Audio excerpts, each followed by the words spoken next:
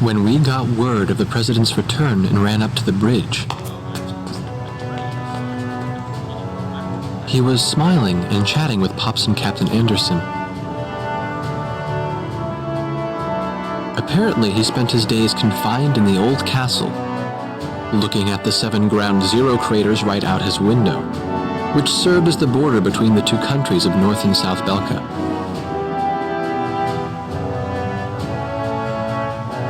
In the end, the Osean army couldn't take the Yuktubanian capital, and the war began to bog down.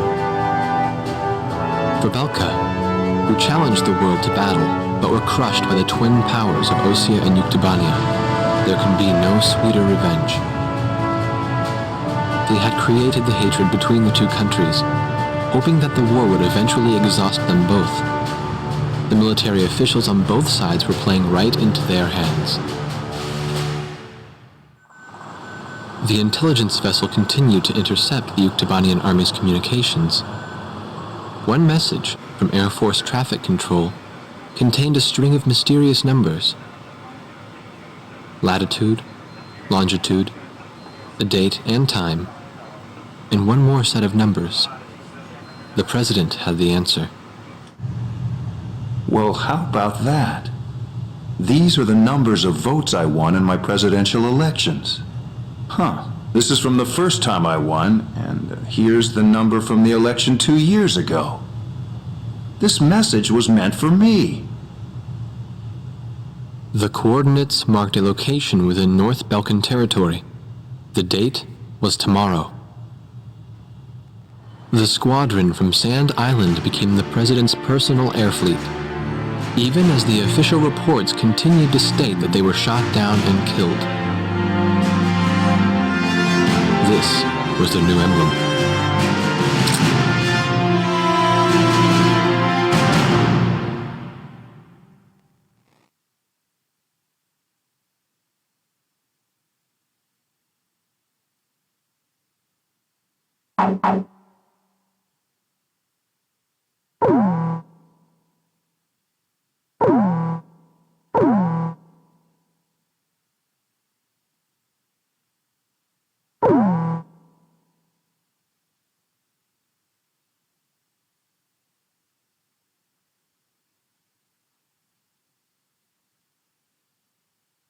We're carrying out a reconnaissance mission in order to obtain photographs of the enemy complex. After deciphering the code we received earlier, we've learned that the mining facility in the forest area northwest of Belka is active. An early warning radar network has been spread across the entire forest. To reduce the probability of enemy detection, this mission will be carried out by a single aircraft. Try to approach the target under complete electronic silence, evading radar and passive search techniques. Flying at low altitude is an effective method of delaying or denying enemy detection. You will receive instructions on your recon target from the Command Information Center upon arriving in the mission area. The CIC will monitor you from a support camera. Concentrate on slipping through the enemy radar net first. Your plane in this mission will be completely stripped of weaponry. Instead, it will be equipped with the necessary visual reconnaissance equipment. There is a chance you may encounter the enemy, but your recon mission always takes top priority. Once you take the photos, egress from the target area and return through the enemy defenses as directed.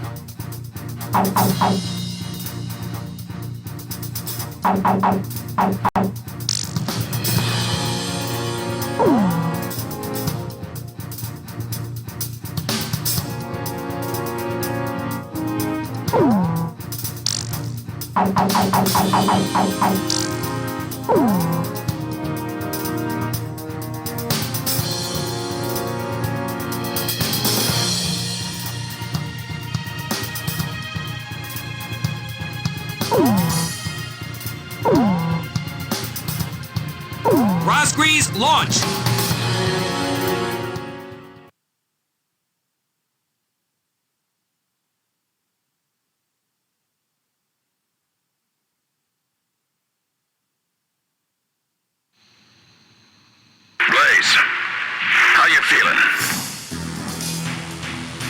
flights can be real lonely. But that's what flying's all about, really. Take a look at your search radar. The enemy's radar range is marked out by those circles. Make sure you don't enter any of those circles, and fly to the east. The enemy radar's coverage area is smaller at low altitude. You want to see it for yourself? Keep your altitude low and slip past the radar to go in. This is strictly a recon mission, so you will be unarmed. So unfortunately, you won't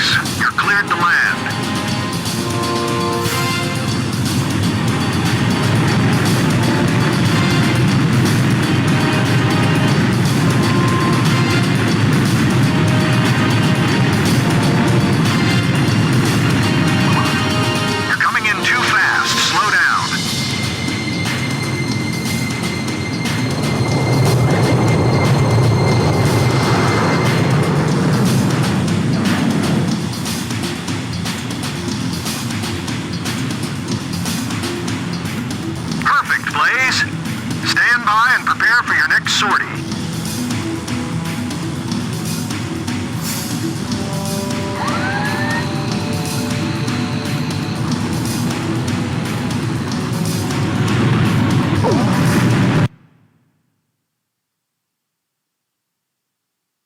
The recon mission in the mining facility was a success. The images taken clearly show aircraft from the Yuktobanian Aggressor Squadron parked next to planes from the mysterious 8492nd Squadron. We will continue to analyze the photographs you took.